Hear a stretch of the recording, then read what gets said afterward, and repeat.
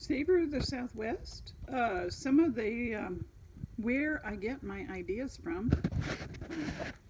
Read about herbs. I actually read books. Yes.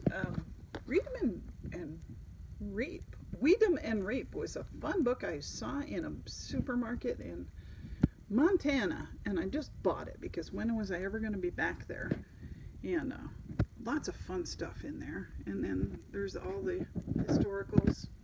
Um, yes, my bookshelves are bursting at the seams, and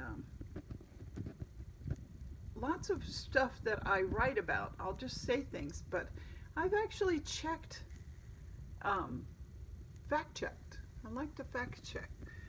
I like to read how other um, tribes, not just our local Southwest tribes, use plants.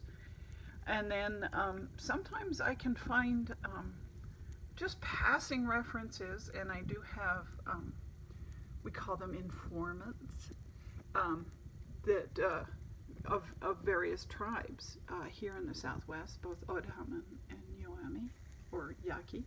And I ask them, I'll say, hey, have you ever heard of this? And they go, oh yeah, I think Grandma used that. I don't know.